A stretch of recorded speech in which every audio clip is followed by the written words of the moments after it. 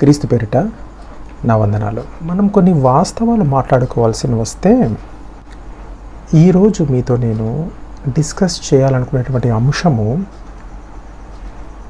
The heart of the disciple. నేనేమి మీతో references చెప్పి బైబిల్లో ఇక్కడొక అధ్యాయము అక్కడొక అధ్యాయము అని చెప్పి మిమ్మల్ని కన్ఫ్యూజ్ చేసే ప్రయత్నం నేనేం చేయట్లేదు. 2000 సంవత్సరాల క్రితము జరిగినటువంటి ఒక అంశాన్ని నేను జస్ట్ ఈ థాట్ని మీతో పంచుకోవాలని నేను ఆశపడుతున్నాను.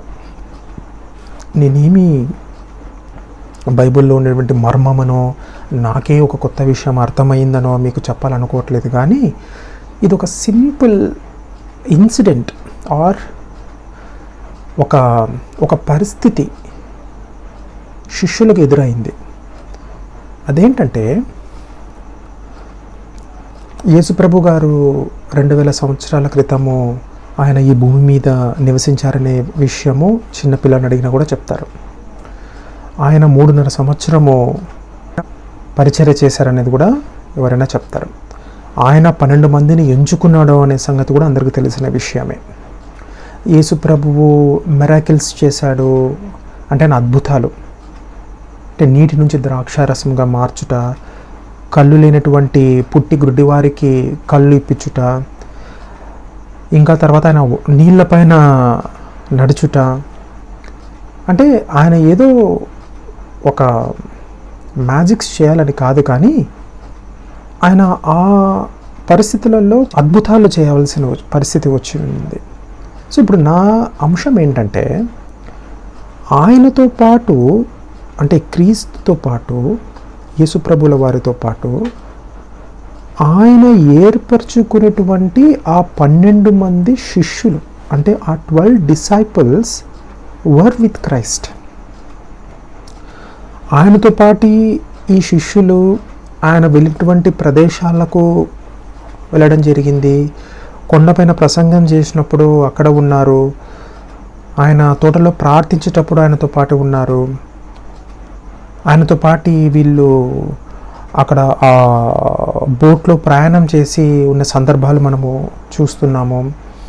ఇలా ఆయనతో 3.5 సంవత్సరము పాటు ట్రావెల్ చేసి యేసుప్రభువు అద్వితీయమైనటువంటి దేవుని యొక్క కుమారుడు అని వాళ్ళు నమ్మారు.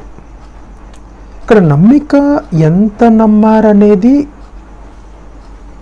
మనము తర్వాత ప్రస్తావించుకుందాము. కానీ వాళ్ళ కన్నులారా వాళ్ళు యేసుప్రభు చేసినటువంటి ఆ యొక్క అద్భుతాల్ని చూశారు. యేసుప్రభు యొక్క ఉపమానాలను వాళ్ళు అర్థం చేసుకున్నారు. యేసుప్రభుతో పాటు వాళ్ళు 3.5 సంవత్సరం నడిచారు. అంటే వాళ్ళకొక లీడర్, యేసుప్రభుని మనం లీడర్గా చూస్తున్నాము. ఆయన ఒక లీడర్ ముందు వెళ్ళేవాడు, ఆయన పక్కన ఆయన వెనకల ఈ 12 మంది శిష్యులు ట్రావెల్ అవుతూ వచ్చారు. దాంట్లో ఇస్కరియోతు యూదా గురించి పక్కన పెట్టేస్తే, అఫ్కోర్స్ ఆయన దేవునికి మోసం చేశాడు, ఆయన దేవుని పట్టిస్తాడు, అది ఇంకొక డిఫరెంట్ టాపిక్. సో నేను చెప్పేది ఏంటంటే, ఇంతగా అబ్జర్వ్ చేసినటువంటి ఈ శిష్యులు యేసుప్రభుని ఒక లీడర్గా వాళ్ళకు ఫుల్ కాన్ఫిడెన్స్ ఉంది. అంటే ఆయనతో ట్రావెల్ చేస్తే ఇంకా వాళ్ళు దేనికి భయపడాల్సిన అవసరం లేదు అనేటువంటి విశ్వాసంతో వాళ్ళు దేవునితో పాటు వాళ్ళు నడుచుకుంటూ వెళ్ళేవారు, పరిచర్య చేసేవాళ్ళు. మిరాకిల్స్ చూశారు. కళ్ళు లేని వాళ్ళకి కళ్ళు ఇప్పించడం అంటే అది ఒక, వాళ్ళు చూసినటువంటి వాళ్ళ పరిస్థితి ఏంటో ఒకసారి మీరు అర్థం చేసుకోండి. What they must have gone through when they have witnessed a person who could able to see, who was born blind. అదేవిధంగా లాజర్ని, చనిపోయినటువంటి లాజరస్ని దేవుడు ఒక బిగ్గరగా ఆయన పేరు పెట్టి పిలుస్తానే లేచి వచ్చేస్తాడు. డిసైపుల్సే సాక్ష్యం దానికి, వాళ్ళు చూశారు. సో అప్పుడు ఆ డిసైపుల్స్కి దేవుని పట్ల వాళ్ళకి ఎంత కాన్ఫిడెన్స్ ఉంటుంది చెప్పండి. ఇప్పుడు మనము చలిలో బయటికి వెళ్ళినప్పుడు మనం ఒక మంచి స్వెటర్ వేసుకొని వెళ్తే, ఇప్పుడు నేను స్వెటర్ వేసుకున్నాను, చలి పెడుతోంది, బయటికి వెళ్ళి వచ్చాను ఇప్పుడే. మనకెంత వెచ్చగా ఒక కాన్ఫిడెంట్గా ఉంటుంది. అట్లా యేసుప్రభు వాళ్ళ ముందు నడిచేటప్పుడు వీళ్ళకి అంత కాన్ఫిడెన్స్గా ఆయన వెనకంబడి మీరు వెళ్ళేవాళ్ళు. అలాంటి లీడర్ వాళ్ళ ముందు ఉండి ఆయన వెనకల వీళ్ళు నడుస్తూ ఉన్నప్పుడు యేసుప్రభుని సిలువెక్కిచ్చేశారు. ఆయన చనిపోయినాడు. లేడు ఇంక యేసుప్రభు. ఇప్పుడు వీళ్ళ 12 మంది పరిస్థితి ఏంటి? అఫ్కోర్స్ ఆ 11 మంది శిష్యుల పరిస్థితి ఏంది? అంతసేపు పొద్దున్న నుంచి సాయంత్రము రాత్రి వరకు యేసుప్రభుతో నడిచిన వాళ్ళు, ఆయనతో పాటు ప్రార్థన చేసినటువంటి వాళ్ళు, ఆయన అద్భుత కార్యాలని వీళ్ళు చూసినటువంటి వాళ్ళు, సడన్గా లీడర్ లేకపోయే లోపల వీళ్ళ పరిస్థితి ఏంటి? యేసుప్రభు ఆయన పరలోకానికి ఆరోహణం అయిపోయాడు. వీళ్ళు దాన్ని చూశారు. ఇప్పుడు నేను ఎగ్జాక్ట్గా ఈ point I got stumbled at this point. నేను అపోస్తుల కార్యాలు చదివేటప్పుడు మొట్టమొదటి అధ్యాయమే అది చదువుతున్నప్పుడు ఆయన పరలోకానికి ఇట్లా ఆరోహణం అయ్యేటప్పుడు మేఘాలు వచ్చి ఆయన కవర్ చేసేస్తే తీసుకెళ్ళిపోతుంది. తీసుకెళ్ళిపోయిన తర్వాత 2 తెల్ల వస్త్రాలు వేసుకొని వీళ్ళతో చెప్తాడు, మీరు ఇంకా ఏం చూస్తున్నారు? ఆయన ఎట్లయితే వెళ్ళాడో మళ్ళీ అట్లా తిరిగి వస్తాడని చెప్పారు. వీళ్ళు ఎన్నికి వచ్చేసి యెరూషలేము పట్టణానికి వీళ్ళు తిరిగి వచ్చేస్తారు. జస్ట్ థింక్, నేను మీలో ఒక ఆలోచనని పెడతాం అనుకుంటున్నాను. ఒక దాని గురించి మీరు ఆలోచించండి. వాళ్ళు తిరిగి వాళ్ళ గృహాలకు వాళ్ళు తిరిగి వెళ్ళేటప్పుడు వాళ్ళకి ఎంత భయం ఉంటుంది. వాళ్ళు కూడా మనుషులే. వాళ్ళు పడినటువంటి ఆ భయాందోళన, అది how they would have felt. యేసుప్రభుతో వాళ్ళు విందు చేసినప్పుడు,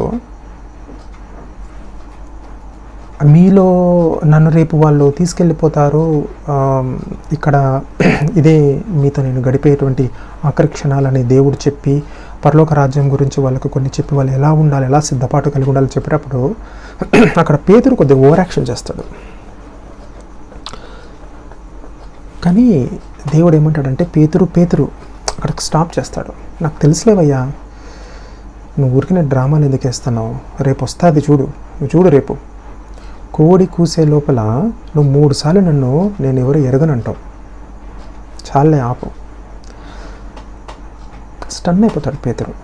కానీ ఎగ్జాక్ట్గా తెల్లవారుజామున కోడి కూసే లోపలే అంతవరకు యేసుప్రభు నమ్మినటువంటి ఆయన సడన్గా అక్కడ ఆ రోమన్ సోల్జర్స్ ఎవరైతే వాళ్ళు యేసుప్రభుని తీసుకొని పిలాతు దగ్గరికి తీసుకెళ్లాలని ప్రయత్నం చేస్తారో, ఇంకా యేసుప్రభుని చంపేస్తారని తెలుసు ఇంకా వాళ్ళకి. అప్పుడు పేతురు భయపడిపోతాడు.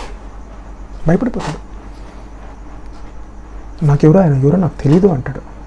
సో అంటే అర్థం ఏంటంటే, ఒకవేళ అక్కడ ఆయన యేసుప్రభువు గురించి నాకు తెలుసు, నేను ఆయనతో పాటు ఉన్నాను అని కనుక ఆయన ఒప్పుకున్నట్లయితే ఈయనను కూడా తీసుకెళ్ళి సిలువెక్కించేవారని భయపడతాడు ఆయన. తర్వాత ఆయన పశ్చాత్తాపడతాడు, అది వేరే విషయం. కానీ ఇక్కడ పాయింట్ ఏంటంటే, వాళ్ళలో భయం ఉంది.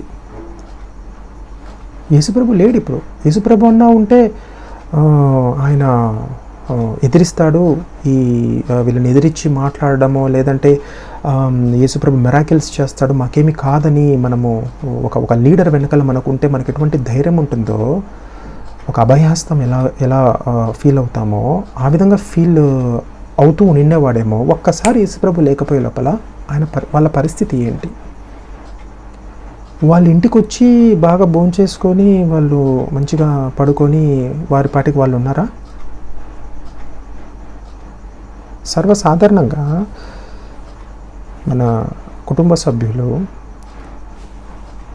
ఏదైనా సెలవులకు మనమందరం కలుసుకున్నప్పుడు, మన ఇంటికి వచ్చినప్పుడు, మన అక్క వాళ్ళు కానీ, లేదంటే మన అత్త వాళ్ళ బాబాయిలు వాళ్ళు ఎవరైతే దూర ప్రాంతం నుంచి వచ్చి మనతో కొన్ని రోజులు టైం స్పెండ్ చేస్తారో, వాళ్ళతో మనం చాలా బాగా టైం స్పెండ్ చేసి ఒకసారిగా వాళ్ళు వెళ్ళిపోయేటప్పుడు మనం బయటికి వెళ్ళి వాళ్ళని సాగనంపి మనము లోపలికి వచ్చేసిన తర్వాత ఒక ఎంప్టీనెస్ అనేది ఒకటి ఉంటుంది. మీరందరూ ఫీల్ అయ్యి ఉంటారు ఇది ఖచ్చితంగా. ఒకసారి కాకపోతే ఒకసారన్నా మీరు ఫీల్ అయ్యి ఉంటారు. ఒక ఎంటీనెస్ అనేది మనకు ఉంటుంది. అంతవరకు నిండుకున్నటువంటి ఒక మన ఇల్లు ఒక ఎంటీగా ఉంటుంది. కానీ మనం ఇంకా పేపర్ చదవడమో, లేదంటే కొంతమంది టీవీ చూడడమో, లేదంటే క్రికెట్ మ్యాచ్ చూడడమో, వర్క్ చేసుకోవడమో, బుక్స్ చదువుకోవడమో, ఇంకా మనం వంట చేసుకోవడమో, ఆడవాళ్ళు అయితే ఇంకా ఇట్లా మన పనులలో మనం నిమగ్నం అయిపోతాము. ఇంకా వాళ్ళు వెళ్ళిపోయినారన్న సంగతి వాళ్ళు లేరన్న సంగతి మనం మర్చిపోయి మన పనుల్లో మనం నిమగ్నం అయిపోతాము యథావిధిగా. కానీ ఆనాడు ఆ డిసైపుల్స్ యేసుప్రభు పరలోకానికి ఆరోహణం అయిపోయిన తర్వాత వాళ్ళు వచ్చి ఏం చేశారు? మేడ మీద కూర్చొని అందరూ కలిసి ప్రార్థన చేశారు. ఎడతెగగా ప్రార్థన చేశారు. యేసుప్రభు వారికి చెప్పాడు, మీరు కనిపెట్టుకొని ఉండండి, మీరు ఈ ప్రాంతం వదిలి మీరు వెళ్ళొద్దు, కనిపెట్టుకొని ఉండండి, నా తండ్రి మీకు సహాయకుని పంపిస్తాడు. Nothing but holy spirit God.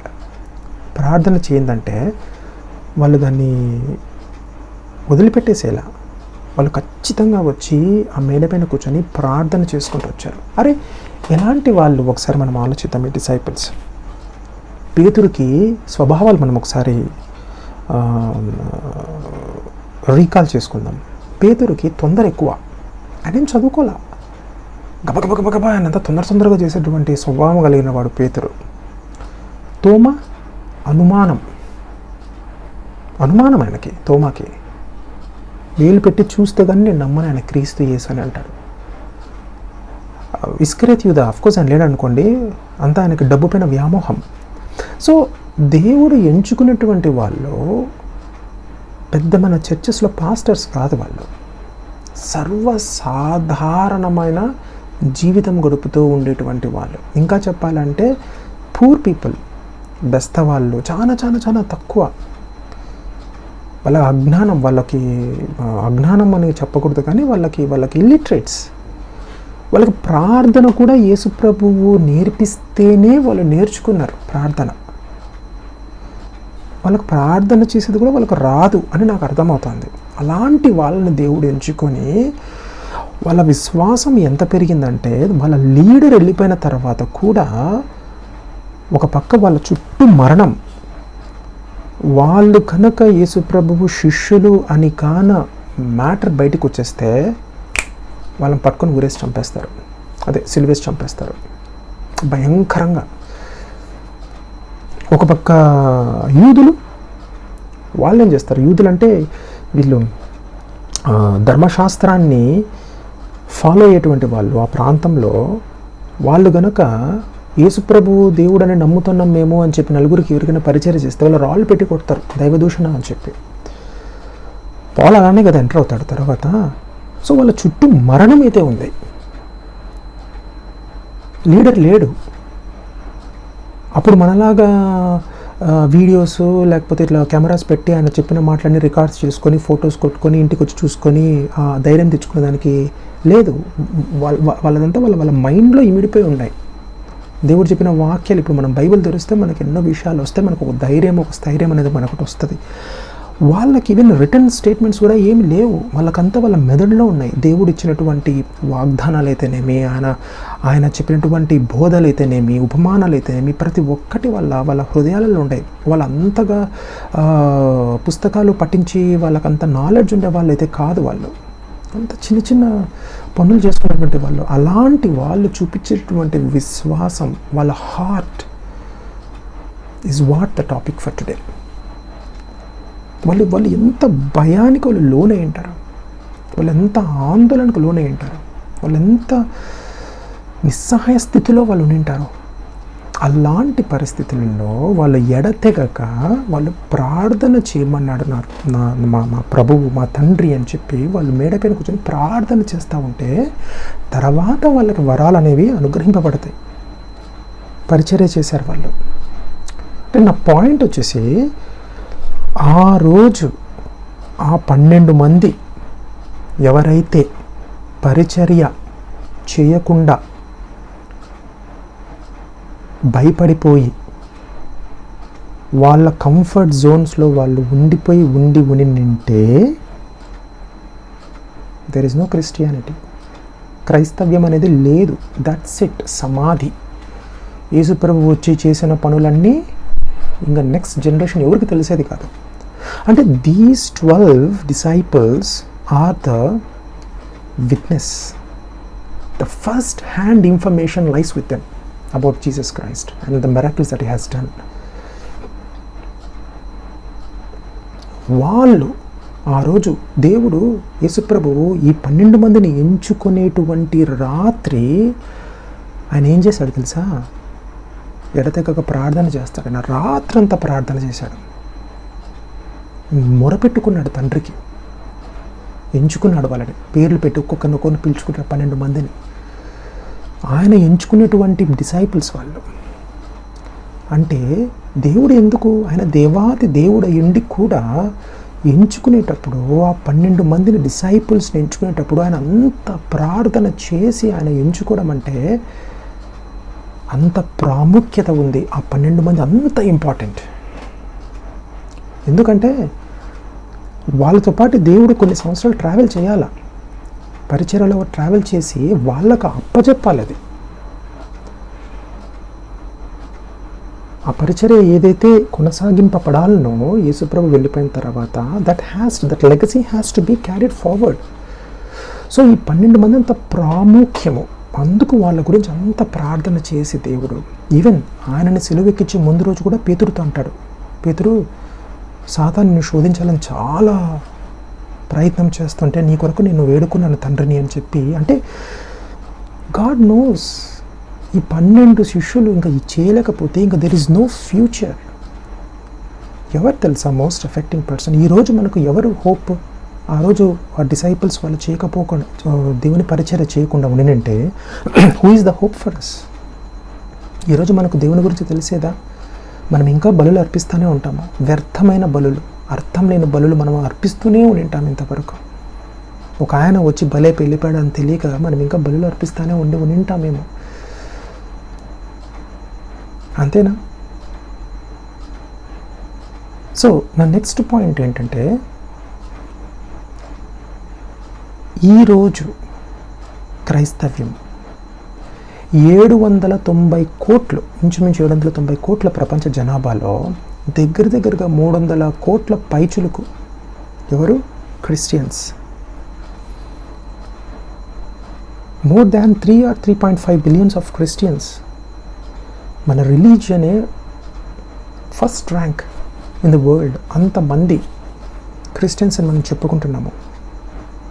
తర్వాత వచ్చేసి Muslims, I think 250 or 270 crores. తర్వాత హిందూస్ ఇంచుమించు అంతే ఉన్నారు.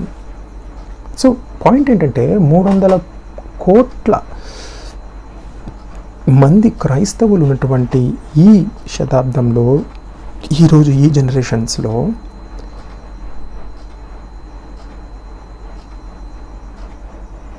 Most of us are in our comfort zones. ఆదివారం వచ్చిందా, చర్చికి పోయినామా, మంచి ఫ్యాన్ కింద కూర్చున్నామా, మంచి ఏసీ గీసీ ఉందా, ఓకే ఏదో 4 పాటలు పాడినామా. అది కూడా చాలా బద్ధకం ఆ పాటలు పాడాలంటే. ఏదో పాస్టర్ 2 మాటలు చెప్పినాడా, విన్నామా, ఏదో 100 10 ఏదో వేసేసామా, వచ్చేసామా, బాగా మటన్ తెచ్చుకొని తిన్నామా, పడుకున్నామా, సాయంత్రం షాపింగ్ పోయినామా, లేదా సినిమాలు చూసామా, జబర్దస్త్ ప్రోగ్రామ్ చూసామా, సోమవారం నుంచి ఇంకా మళ్ళీ డ్యూటీ. అవే పిచ్చాపాటి కబుర్లు, అవే మాటలు, అవే ప్రోగ్రామ్స్, అదే టీవీ, అదే వ్యసనాలు, అవే అలవాట్లు, అవే తిరుగుళ్ళు. మళ్ళీ బుధవారం, గురువారం, శని, మళ్ళీ ఆదివారం పవిత్రంగా మళ్ళీ మనం స్నానం చేసి మంచి బట్టలు వేసుకొని, మళ్ళీ ఈ స్త్రీ మనము లేని బట్టలు వేసుకోము, మనం చర్చికి వచ్చి కూర్చొని మళ్ళీ అవే 4 మాటలు వినేసి మళ్ళీ యథావిధిగా వీఆర్ కంఫర్ట్ క్రిస్టియన్స్. పేరేముంటుంది? జేమ్సో లేకపోతే డేవిడో మన పేర్లు. ఏమంటే మనము ఆ 350 కోట్ల క్రైస్తవుల జనాభాలో మనం ఒకరమే.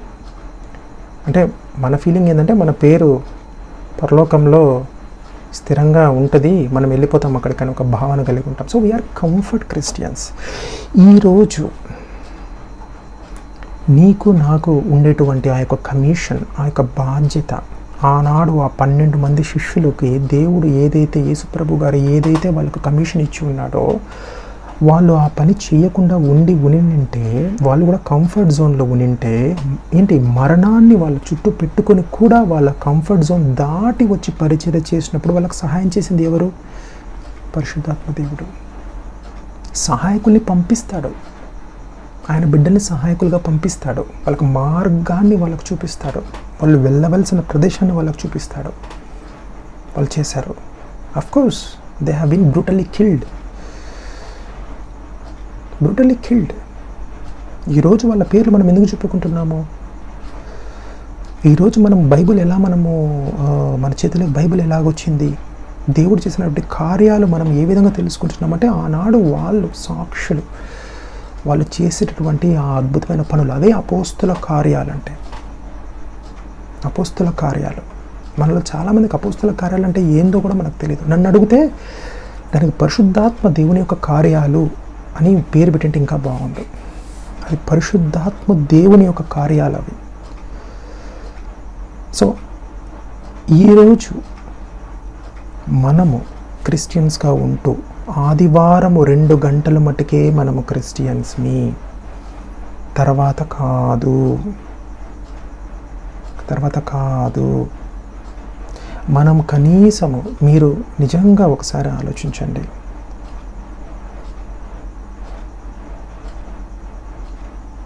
మీరు నిజంగా క్రిస్టియన్స్ అయితే దేవుని యొక్క వరాన్ని, పరిశుద్ధాత్మ దేవుని యొక్క వరాన్ని మనము పొంది ఉన్నటువంటి వాళ్ళమైతే, మనం ఒక్కరికన్నా, మన ఆఫీస్ కొలీగ్స్ కానీ, మనం వెళ్ళే షాప్కి వెళ్ళి తెచ్చే షాప్ కీపర్తో కానీ, కనీసం మన ఇంట్లో పనిచేసే పని మనిషితో అయినా కూడా మనం క్రీస్తు యొక్క ఔన్నత్యాన్ని, ఆయన యొక్క గొప్పతనాన్ని మనం చెప్పామా? ఒకసారి పరిశీలన మీరే చేసుకోండి. చర్చికి రండయ్యా అంటాం, చర్చికి పోకూడదా అని అంటాం. ఎందుకు పోవాలా చర్చికి? వాడు మనం ఎవరికైతే చెప్తామో వై షుడ్ హీ గో, వాడు ఎంచక్క టెంపుల్కి పోతూ ఉంటాడు, టెంకాయ కొడుతూ ఉంటాడు, వస్తూ ఉంటాడు అని అంటాడు. నేను చేసేదానికి నువ్వు చేసేదానికి పెద్ద డిఫరెన్స్ లేదబ్బా, ఇంకా మేమే చాలా పవిత్రంగా ఉన్నాము, మాకే ఇంకా చాలా ఇవి ఉంటాయి, మేము సోమవారం ఈ గుడికి పోతాము, మంగళవారం ఆ గుడికి పోతాము, మేమే చాలా నిష్టగా ఉంటాము, మీరు ఏదో 2 గంటలు మీరు చర్చికి పోయి వస్తారు, మీరు వారం అంతా మీరు చేయనటువంటి పనులంటూ పాపకార్యాలు అంటూ ఉండవు, మేమెందుకు రావాలబ్బా చర్చికి అంటారు. నువ్వు చెప్పాల్సింది చర్చికి రండి అని కాదు, నువ్వు చెప్పాల్సిందే యేసు ప్రభు గురించి నీకు తెలిసినటువంటి ఆ కొద్దో గొప్పను పరిచయం చేయాలి వాళ్ళకి. తర్వాత చర్చికి పోవాలన్నా వద్దా అనే సంగతి అతను డిసైడ్ అవుతాడు. అఫ్కోర్స్ ఐఎమ్ డీవియేటింగ్, ఇది నా టాపిక్ కాదు. నా మెయిన్ పాయింట్ ఏంటంటే, ఒక డిసైపుల్స్గా మన హృదయం ఏ విధంగా ఉంది, మనం కంఫర్ట్ జోన్లో ఎంతకాలం ఉంటామో, we have to come out of this comfort zone. అప్పుడే మన నెక్స్ట్ జనరేషన్స్ ఒక లెగసీ అనేది క్యారీ అవుతుంది. ఇప్పుడుండే జనరేషన్స్లో అసలు యేసుప్రభు గురించి కాదు కానీ అసలు దేవుడు అంటేనే నమ్మని పరిస్థితులలో ఉన్నారు. అందుకే లైట్గా ట్యాప్ చేశాడు కరోనా పంపించి, అందరు భయపడి దేవా దేవా దేవా అన్నారు. కరోనా పోయింది, మళ్ళీ మామూలే. పోర్నోగ్రఫీ రేట్ ఎంత పెరిగిపోయింది తెలుసా ఈ లాక్డౌన్లో? దాంట్లో ఫస్ట్లో ఉండేది భారతదేశం.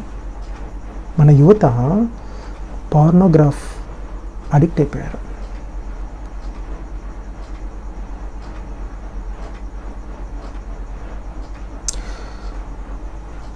ఇంకో వాళ్ళకి దేవుని గురించి ఆలోచించేటువంటి టైం లేదు.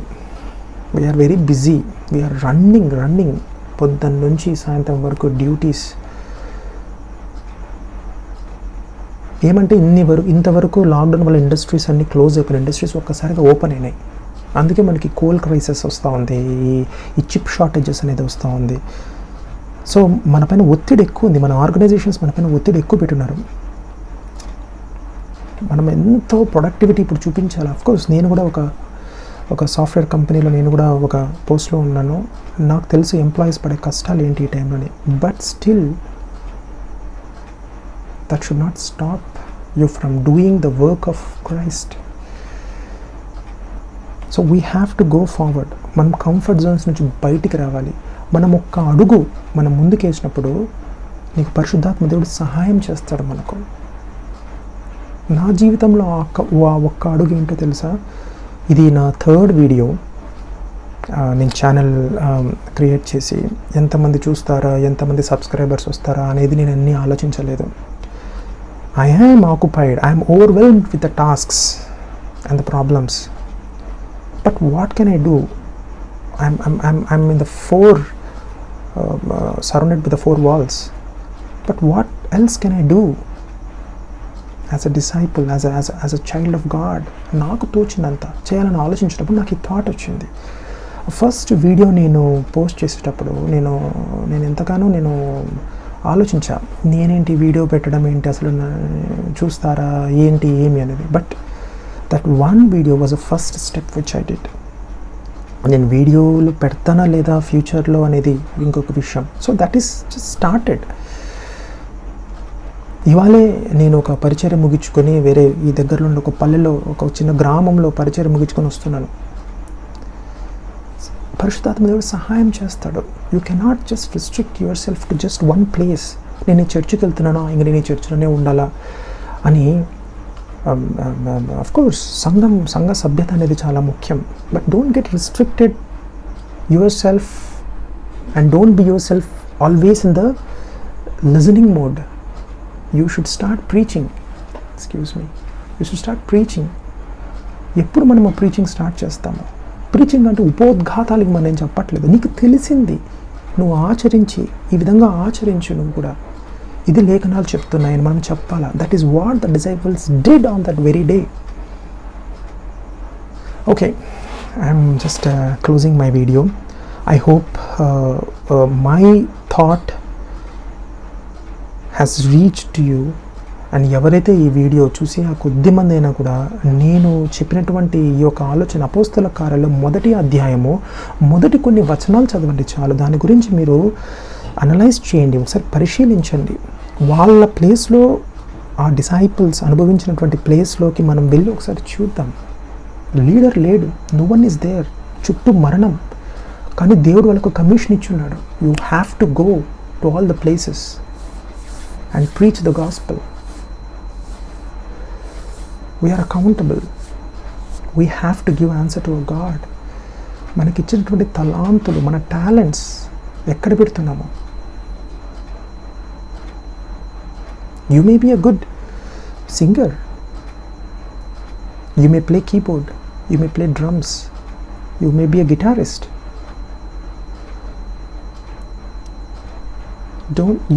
You may be having passion for videography. Use it. Read the Bible. Preach. That one step, if you can do, God will take you to 100 further steps from there. That's all I have. ఈరోజు మీతో నేను ఈ అంశాన్ని కొద్దిగా lengthy అయింది video. Thanks for listening. I'll come back with another thought. Thank you. Praise God.